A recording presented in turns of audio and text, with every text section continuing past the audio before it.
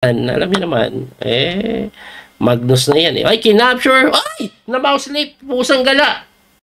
That little mouse, 'cause I'm an albatross.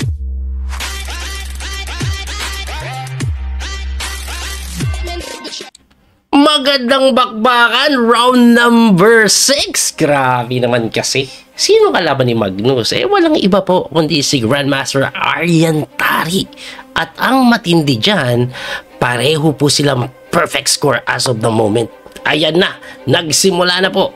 Oh, grabe, French yung tinira ni Magnus French lang, French, 5 out of 5 sila pareho Kasi ng rating ni Aryan Tari dito, hindi lang pala siya kamukha kong pogi, malakas din siya mag-chess. Grabe yung French ni Magnus, A6! Ayan, ng Magnus yan. Pinagtitipan lang si Aryan Tari, pero pagka Knight F3, napaisip ng konti doon si Magnus, tapos tumira lang ng Knight F6. Ito ba'y linya pa rin? Linya pa rin. Linya pa rin. C5 yung tinira dyan. Ayan na nga, binibiyak lang po yung gitna. So, kinukunat-kunatan, ang kadalasang ginagawa po dito, napipilitan ng capturing yan Ganun nangyayari. Yan na nga, kinapture. Naging French exchange variation. Kasi, babawi po yan ng pawn. Parang French exchange variation. Pero, kinapture muna ni Magnus. Abay, linya pa rin. Yun nga lang, medyo po mapabor daw po sa puti ang posisyon ng ito.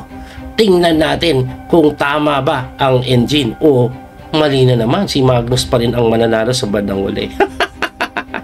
Lamang sa opening, ito pong si Aryan Tari, pero alam niyo naman, Magnus na yan Ay, kinapture! Ay! Na-mouse sleep! Pusang gala! Ano yun? Ano yan? Na-mouse sleep talaga! Aray ko po! Aray ko po, one piece down si Magnus, mga sir. Ang lungkot ng buhay na yun. Pagkatapos yung ma-perfect, na mouse sleep lang. Aray ko po. Na-mouse sleep ang Magnus. Grabe naman yun. Well, this is definitely winning for Aryan Tari, pero Magnus hindi pa sumusuko kasi may oras pa. Lamang naman po siya ng mahaba-haba sa oras. Medyo binabagalan ni Aryan Tari Grabe ka mouse sleep yun, mga sir. Ang sakit sa bangsers nun. Nakakalungkutin yun. Grabe na pagka mouse sleep, no? Nakakalungkot yun, sir. Maniwala kayo.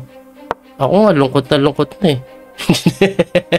Pero, teka lang, malay nyo, magkaroon pa ng matinding pagkakamali yan. Hindi pa tapos ang laban. At ayan na nga po, nasira yung pawn structure.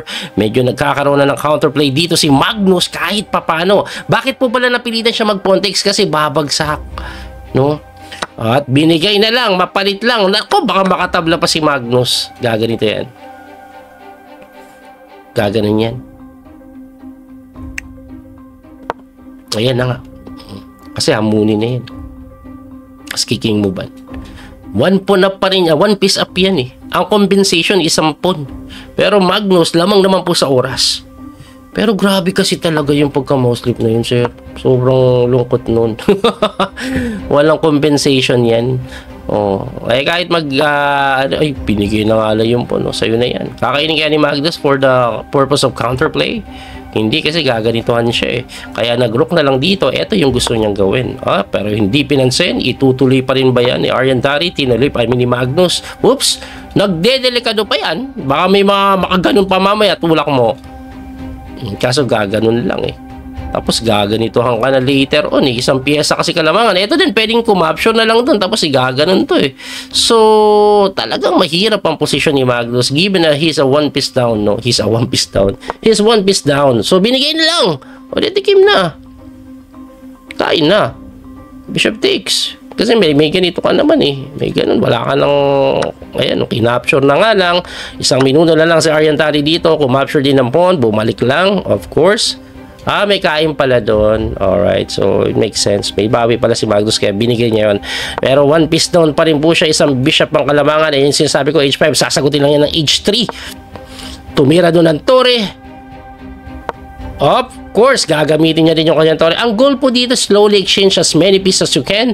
And then that's already winning. Kasi one piece up Lalo na pag napalit yung reyna dito, magiging madali na po ang buhay-buhay. So, ganun ang goal niyan. Siguro dito, intending to exchange the rook at marami pang iba. Pero binigay po yung pawn eh. So, nag-iisip ngayon dito I think nag-iisip si Ariantari if he'll go for another pawn. Kasi enough na yung kanya kalamangan pero tinikman niya pa rin eh. Magnus talaga ganyan ang play niyan. May mga ganun pong plano siya. Pero nag-king move muna. Kita nyo naman, no? Lamang ng isang pyesa pero nahihirapan pa rin si Ariantari. Hindi pa rin po siya makatira dito ng mabilisan. Aba, baby bobo. No? Ayan na, hinamon na. Ayan talaga ang dapat mong gawin. Hamunin mo, ipalit mo. Ipalit mo. Ang liwanag ng may threat dito, ah. Ito po ang threat, ah. Kakabahan ka din, eh. Kakabahan ka din. Anong gagawin? Kinapture. Okay. Walang oras. 29 seconds on the clock. Nanggugulo pa si Magnus, baby. At ayan na nga. Ayan na nga. Ayan na nga. Rook G5. Mati pa ata.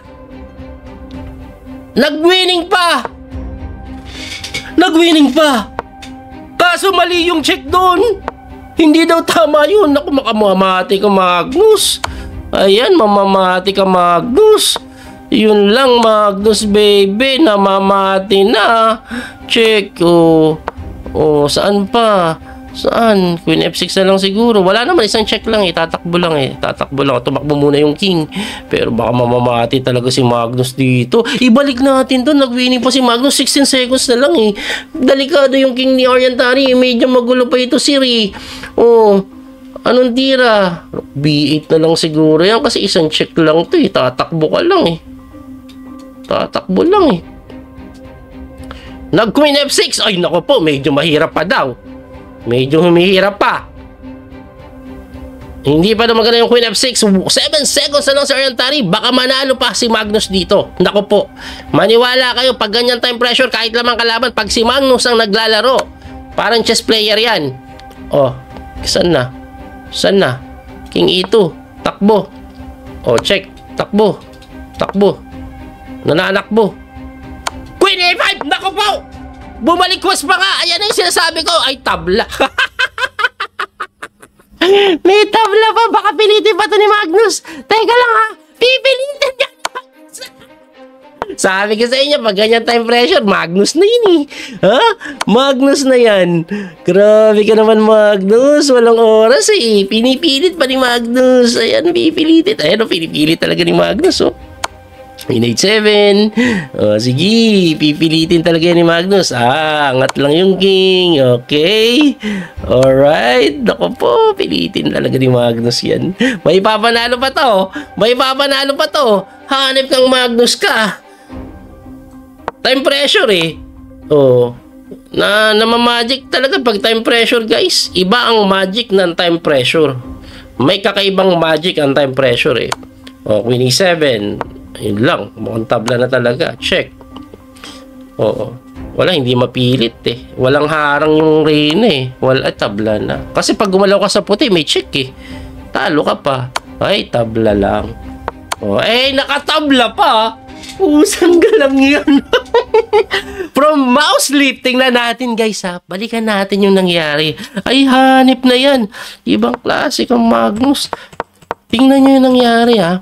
Tingnan nyo pagka mouse leap. Dapat queen takes knight yan. Huwag kayong magtaka bakit hindi na lang kinain to. May check po, bagsak yung reyna. Grabe Ngayon, okay naman lahat ng tira. Kahit ano itira mo dyan, mapalit-pat lang, masaya na eh. So, may mga inaccuracy lang dito kasi yung nagkapanikan na, wala nang oras. Yan, completely winning pa rin to. This is definitely winning pag walang oras. Except dito. Dito na po, winning na si Magnus. Ito yung nagkamali eh. Ang tamang tira po dito is Rook B5. Ay, hanep pa. Rook B5. Tama. Palit lang. Ano na po kasimple. Ipapalit mo lang, tapos na yung laban. Kasi yung check na isa dyan, angat ka lang eh. Pag check na isa, harang mo lang, palit tore, tapos ang laban. Easy win. Hindi nakita yung Rook B5 because of the time pressure na Magnus effect yan eh. So, ang ginawa po kasi, balik tayo dun sa ginawang tira, gumalon. Pagka Rook G5, king move, talo pa nga. Talo pa nga, pero sabi dito, tabla lang eh. Ang tamang tira daw, tabla, queen D2. Bakit? Threatening checkmate. No? Yun daw tamang tira eh. Slightly better pa daw. Well, anong gagawin mo? Pwede kang chumek. Paano mo didepensa to? Hindi po pwede yung ganitong depensa kasi may check dyan. Bagsak na. O, paano mo didepensa? Yung mga ganitong depensa din, hindi pwede. Queen D1 eh. O, pasado ka humarang na naman. Pagkaharang mo na naman, bagsak na. O. Grabe oh. Winning pa daw si Magnus kung nakita ni Magnus yung Queen D2. Kaso, ang ginawa nga is Queen C1 check. Kasi typical na tira, umangat, tapos nagkaganyan. Dito, tama yung ginawa, ayan, except dito. Ito pinakasimple, kaso ang hirap makita eh. Queen F6, Queen F6 agad-agad. Para kasi nakakatakot na may mate, pero wala pala. Kasi pagka, tingnan nyo to, dalawa yung check eh. Kahit saan ka chumek, except dito, pag dito. Kahit saan sumik except dito eh, no? Pag dito naman, dito. So, ang gagawin po dyan, malamang check yan. Kasi pag di ka chumek, kakainin ka, wala naman depensa na yan eh. Oh, mamatiin ka na talaga eh. Pwede nga ito gumanong ganun, mate. Or dito, ganun, mate. Di ba? Marami ng thread na mate. So, yung mga simple check po dito, tatakbo lang daw. Oh, ang nalalabi ito. Eh, pagkatira po ng King E4, naku po, maglalakba yung King, oh. Oh, let's say, chumek ka dito, ay, tatakbo ka lang, King D4. Ubos, uncheck. Ubos ang check, tapos ikaw na ang mamatiin. No? Maubusan na check. Kaso, walang oras, 21 seconds. Kaya Magnus Carlsen, aba, nagawan pa ng kalokohan talaga, oh. Ayan, oh. Ito yung malupit, eh. Panalo pa rin kung ang ititira F3. Hindi nakita yung F3, no? F3. Kasi pagka Queen H2, King E3. Pagka-check ka dito, King D4. Oh. Yun, panalo. Pagka-check dito, kala mo naman, tinamaan yung tore, ay, takbo. Or siguro sa C4 maganda. C4, capture, eh meron din pong sa pool. Queen takes F7, saan ka pupunta? Dito. Kasi pag umangat ka, mate, pagpunta mo dito, Queen F6 dito, sa pool. Queen G6 pala, mate na. Walang ya. Anyway, grabe si Magnus, no? Naitabla pa yun. Hanip na yan. Lakas si Magnus. Tabla. Sana pa nag-enjoy kayo. May natutunan sa video na to. Bulito pa yung Coach Speedy Master Daniel Causo. Abangan nyo yung round number 7. That little mouse, 'cause I'm an albatross.